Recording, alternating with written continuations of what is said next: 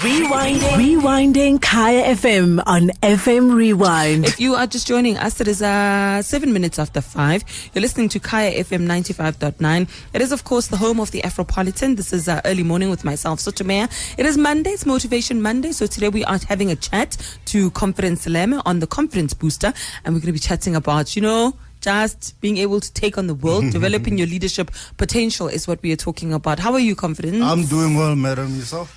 I'm good, thank you. It's a Monday. I struggle with Mondays. That's why we have you here. Yeah. So you can boost us and take us into a brand new week. No, I think we are recoloring Mondays. That's a little blue Mondays. Yeah. It's kitty yellow Mondays. Yellow is a happy color. Yellow is a good color. Yellow is like the color that gets you up in the morning. No. It's a color that's awake. Yeah. Sunshine. So yellow Monday. Yes, it's yellow Monday. So today we are talking about developing your leadership potential. Yes, ma'am. Let's start with what is that? Well, what that is, when we speak about leadership, a lot of people tend to immediately switch off because a lot of people don't see themselves as leaders. We have a certain perspective about leadership. We have a certain viewpoint, a certain philosophy about what leadership looks like, what leadership sounds like. And when we don't see those attributes in ourselves, we immediately say, leadership is not for me, I'm not a leader. But I believe that each and every one of us has leadership potential within us. But just like anything, if it is not developed, it will remain stagnant. It will remain at a level where it's in seed form. Whereas if you were to plant it, nurture it, water it, it will develop and grow into a tree that can produce fruits. So now today I want us to talk about developing that potential. Each and every one of us, everybody listening here, you may not see yourself as a leader, but you have leadership potential. And what I want to delve in today is actually defining what leadership is. Because I think once we've defined it, then you will see why each and every one of us has leadership potential and each and every one of us has the capacity to become leaders. So the first thing that I want to discuss is defining leadership, as I've said. And number one says, leadership is not a service you demand. It is a service you provide. Okay. Leadership is not a service that you demand. It is a service that you provide. So you render the service. You render the service. And each and every one of us has capacity to serve. If you're in an organization, you may be hired to do production, but you may realize there's a gap in marketing as well. And you can go there and say, I have a bit of free time. How can I serve you? What can I do to make your life better? What can I do to make sure that you reach your goals, you reach your targets? So if you have the capacity to serve, you have the capacity to become a leader. Look at somebody like the president. When we elect the president, we're not saying we're electing you to rule over us. We're saying we're electing you to serve us. Because when he's in that office, his mandate is to serve the people of South Africa. He's the biggest servant of this country. Although he has the highest position, by that very virtue, it means that he's the biggest servant. So if you have the capacity to serve, then you have the capacity to lead. You have to be able to serve a generation. Each and every one of us, we have talents, we have gifts. You're talking about Tagindo. And him coming from being a waiter to going onto some of the biggest stages around, he had to serve his gift. So each and every one of us has a gift to serve. Your gift may be in finances. Your gift may be in music, in artistry, in engineering. If you serve your gift to the world, then you will rise to leadership capacity, leadership positions. If Tagindo had decided, I have this gift of singing, but I'm not going to serve it, he would have remained at the stage that he was. Now he's seen as a leader. You called him a headline egg. That's a leadership, a title. He rose to that level because he was willing to serve. So if you are willing to serve, you will rise to leadership. And one of the things about service as well, it takes humility to serve. If I have a big ego and I see that you're thirsty, I will not say, can I get you a glass of water? Because it takes humility to serve. So if you want to rise to leadership, check your humility. If you're humble enough, you will rise in this world. Number two, leadership isn't a physical position you occupy. It is a psychological positioning. So it's not about the physical position, it's about a psychological positioning.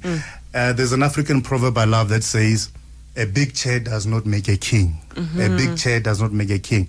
There are people who are in leadership positions, but they are not behaving like leaders. They've got the position, but they don't have the positioning. When you talk about positioning, I always make the example of positioning lines in marketing. Yes. So a positioning line for Nike, for example, is just do it. Yeah. So just do it expresses their philosophy. It expresses their attitude. It expresses their way of thinking, their viewpoint on the world. So you may have the position, but if you don't have the positioning, the position means nothing. There are people in organizations who don't have positions, but they've got more influence than the CEO. Because they may not have the position, but they've got the positioning. They've got the right attitude. They've got the philosophy. They've got the viewpoint, and they're able to influence people. So it's pointless to have the position if you don't have the positioning. And if you have the positioning, if you have the viewpoint, the attitude, the mindset, then you will easily rise to the position that you desire. Number 3, leadership is not a privilege that is reserved for the few. It is a responsibility that must be carried by all. Let me go back to the example I made about the president. Yes, the president is the leader of the country, but each and every one of us, we have our own corner in which we must be leaders. You may be a mother, you may be somebody working in an office. You've got your own responsibilities. All that leadership really is about responsibilities. And if we do not carry our sets of responsibilities, then we are leaving others to carry things that they're not supposed to carry. And we are surprised when the CEO, for example, suffers a heart attack, because there are responsibilities that were delegated to other people, but those people did not carry those responsibilities. And so everything is left up to the leader, quote unquote, and then it's too much for them to carry. So each and every one of us has to identify, this is my load to carry. This is my responsibility. This is what has been delegated to me in whatever position I am for me to carry. And once you start doing that, when you carry your responsibility, then you are acting out your leadership capacity. So leadership is not a privilege reserved for the few. It is a responsibility that must be carried by all.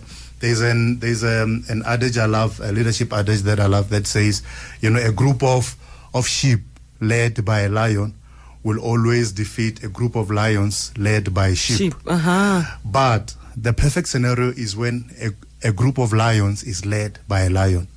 In each and every organization, we should all become lions. We should all have the leadership attitude, so that whatever battle we go into, all of us are lions, all of us are hungry, all of us are tenacious, all of us are expressing the leadership attitude, all of us are taking responsibilities for a particular sect of things to do, so that we can win, so that we can overcome, we can conquer.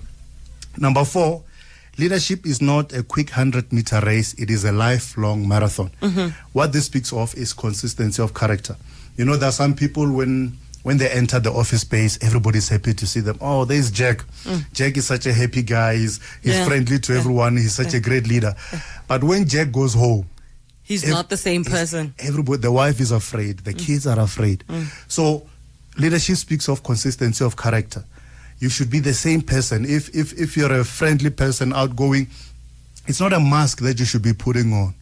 It's about being authentic, being you the same person in whatever scenario it is, whatever position you're in. At home, if you're the kind, loving guy, be the same in the workplace, because that's you expressing the authenticity of your leadership. That's you expressing the real you that people can embrace. People can say, that's a person that I'm willing to listen to. That's the person that can influence me. It also talks about endurance. The major difference between a 100-meter runner and a marathon runner is the ability to endure. And if you're a true leader, you should have the ability to endure.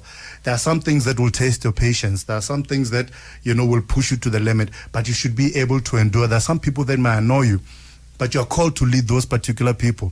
So you should be able to endure, because once you have endurance, then you step into your leadership capacity. So that's number 4. Leadership is not a quick 100-meter race. It is a lifelong marathon. Number 5, and I believe is the most important one, leadership begins with leading yourself, not others. Leadership begins with leading yourself. So you need to have self-control first. Exactly. Before you seek to control others, make sure that you're able to control yourself. And just on that control thing, leadership isn't about control. I shouldn't be striving to control other people. I should be striving to inspire them. Because once I start trying to control people, then I'm no longer a leader, I'm a dictator. So leadership essentially begins with leading yourself. If you're able to manage your own life, then it will make it easier to manage other people, to manage your responsibilities. So the first place to practice your leadership is with yourself. In your own personal space. Exactly. Self-discipline, self-confidence. And I believe self-confidence is one of the important things to develop within yourself, because once you have self-confidence, it's easy for you to lift up other people. You know, there are some leaders who make it a point to suppress people, to belittle people. But the reason they do that is because they have no self-confidence. You know, they say that a candle loses nothing by lighting another candle. So you as a leader, if your own candle is on, if your own light is on, it's easy for you to light other candles. And it takes nothing away from you. It takes nothing away from you. In fact, it gives you pleasure. It gives you enjoyment to say, you know what, I've got something, I've got knowledge, I've got wisdom that I was able to impart to another person, to equip another person, so that they can become a light in the world as well.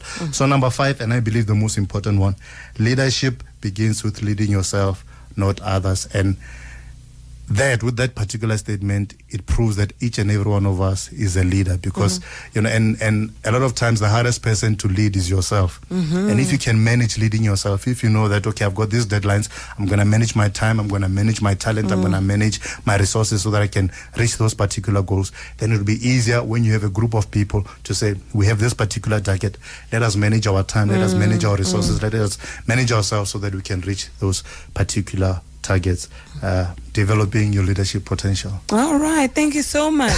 Confidence. Awesome. I feel inspired. Wonderful. I feel like Monday has just went from, what did you say, from blue to yellow. Yeah.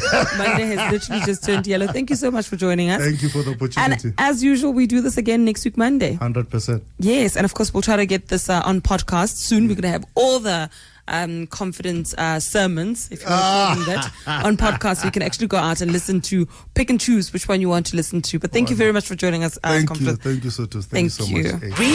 Rewinding Kaya FM on FM Rewind. Visit kayafm.co.za for more.